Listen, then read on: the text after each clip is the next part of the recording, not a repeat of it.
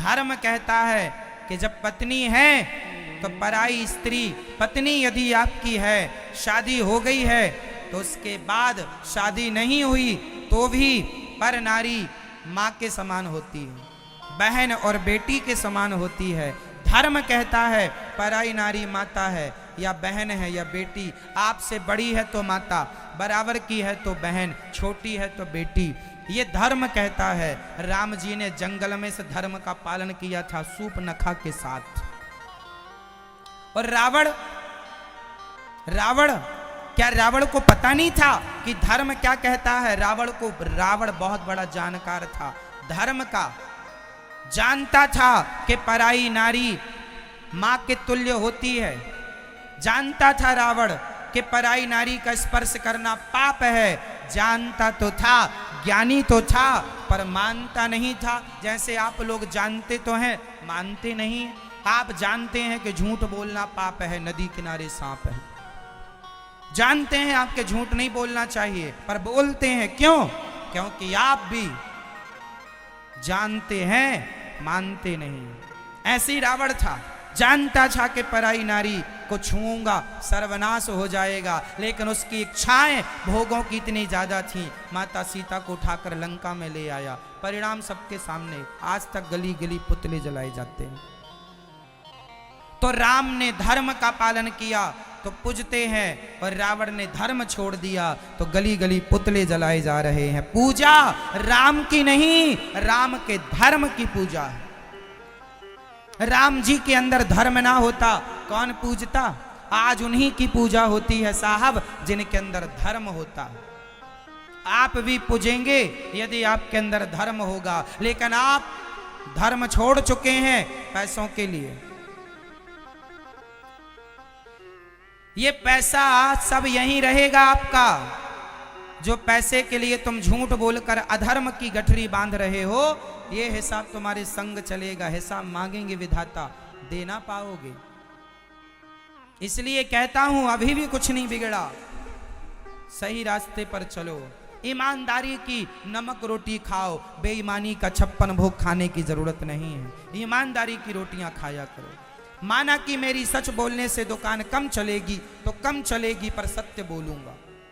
और सही में व्यवस्थित रूप से आप चलाओ, सत्य के रास्ते पर चलने वाला दुखी नहीं है साहब। मानसिकता बना ली है कि सच बोलने से चलेगा, सच बोलने से और ज्यादा चलेगा। तुम्हें विश्वास नहीं है तो हम क्या करें? जब झूठ में तुम्हें विश्वास हो गया है तो अब तुम्हारी बुद्धि खराब हो गई है तो हम क्या करें? तुम्हें झूठ पर विश्वास है, सच पर विश्वास नहीं। क्या करें हम? कितना समझाएं?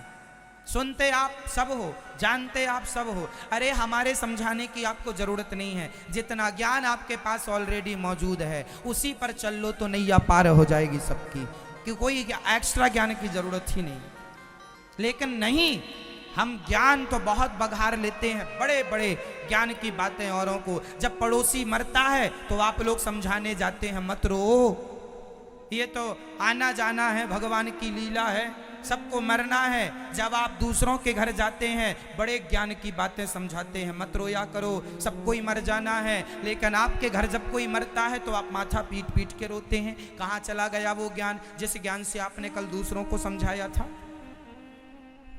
आप अब अपने आप को क्यों नहीं समझा रहे?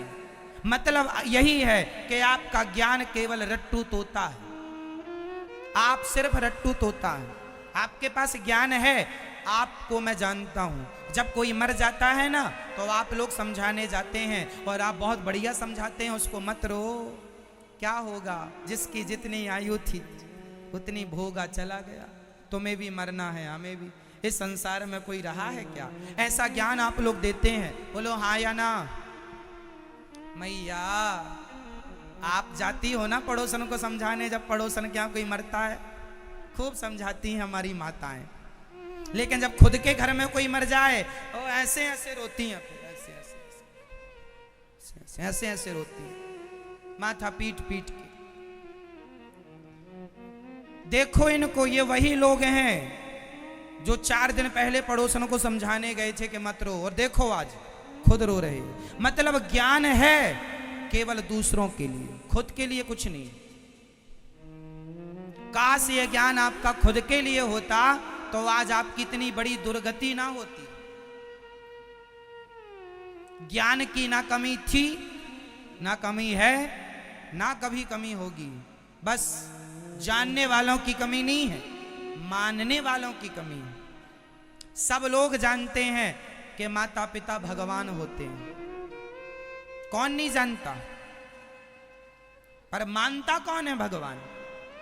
शादी होती है, लुगाई को लेके चला जाता, बूढ़ी मां अपना बना के खाती रहती है। जानता तो था, माना कब? शादी हुई, पत्नी को लेके चला गया, बूढ़ी मां को गिलास भर पानी देने वाला, अब बुढ़ापे में कोई नहीं। बेटा को मां बोलती है, बेटा कुछ दिन आओ हमारे साथ रहो, या फिर हमें बुला लो। तो बेटा, माँ जहां हम रहते हैं ना वो कमरा छोटा है, थोड़ा भी यहाँ पर तुम सेटल नहीं हो पाओगी, तुम वहीं रहो। खुद की पत्नी के लिए कमरा छोटा नहीं उसको रखता है, माँ के लिए छोटा पड़ गया। और तुम माँ को कमरे में क्या रखोगे? माँ ने तुम्हें पेट में रखा था, तब माँ ने नहीं कहा था कि मेरा पेट छोटा हो रहा है। नहीं जी, माँ ने तुम्हारे लिए अपना पेट बड़ा कर लिया था कि पेट छोटा है, बच्चा आया है, बड़ा कर लिया, बड़ा हो गया पेट।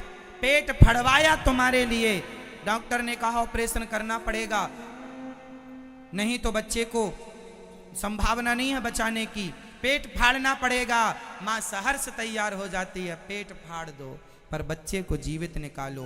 मां से कहा जाए कि तुम मरने वाली हो, अब दो में से एक ही बचेगा, या तुम्हारा बच्चा बचेगा या तुम बचोगी, या जच्चा बचेगा या बच्चा बचेगा। जच्चा मीन्स गर्भवती मां और बच्चा मीन्स गर्भ का बच्चा, जच्चा बच्चा।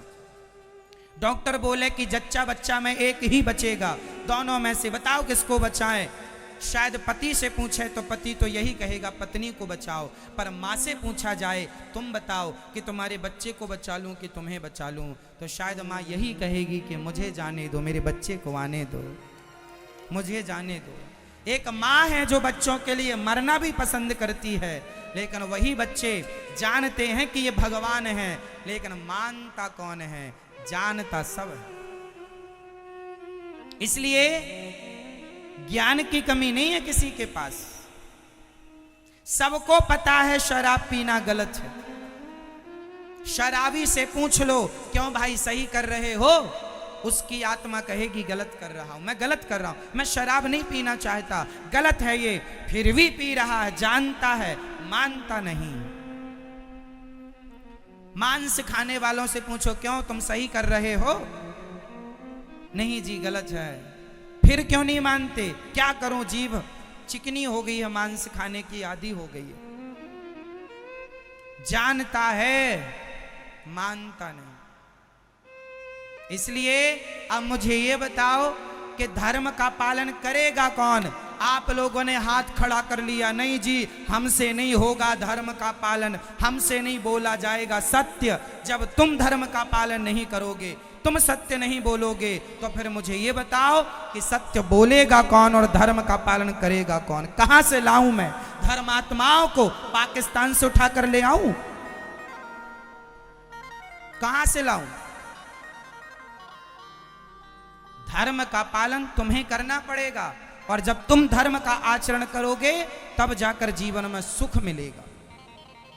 आज का आदमी चिल्लाता है हम बड़े दुखी हैं, बड़े दुखी हैं। क्यों? क्योंकि तुम्हारे जीवन में धर्म नहीं है। जिसके जीवन में धर्म है साहब, वो बहुत सुखी है, बहुत। उसके पास कुछ नहीं है तो भी सुखी है। घास की झोपड़ी में रहने वाला धर्म से जुड़ा है तो सुखी है, और अधर्मी सोने की लंका में क्यों ना हो, बड़ा कष्ट पा रहा, बड़ा दुखी। तो सुख पैसे से नहीं, सुख धर्म से आता है। सुख पैसों से नहीं, सुख तो धर्म से आता है। राम जी के पिता दशरथ जी अयोध्या के राजा थे, और अयोध्या के राजा के गुरु राजगुरु वशिष्ठ जी जंगल में घास की झोपड़ी में रहते थे। हाँ या ना? राजा दशरथ जी के पास क्या कमी थी? क्या वशिष्ठ जी के लिए बड़ा आश्रम नहीं बना सकते थे? बड़े महल नहीं दे सकते थे? सब दे सकते थे। कहा भी था ले लो, वशिष्ठ जी ने कहा हम ब्राह्मण हैं, हम ही धर्म भूल जाएंगे, हम ही सुख चैन में अपना धर्म भूल जाएंगे, तो फिर धर्म का पालन करेगा कौन? इसलिए हमें जंगल में धर्म का पालन करने दो। हमारे धर्म से राजा तुम सलामत रहोगे। बाढ़ है पूत पिता के धर्मा, माँ बाप के धर्म से पुत्र की उन्नति होती है, तरक्की होती है।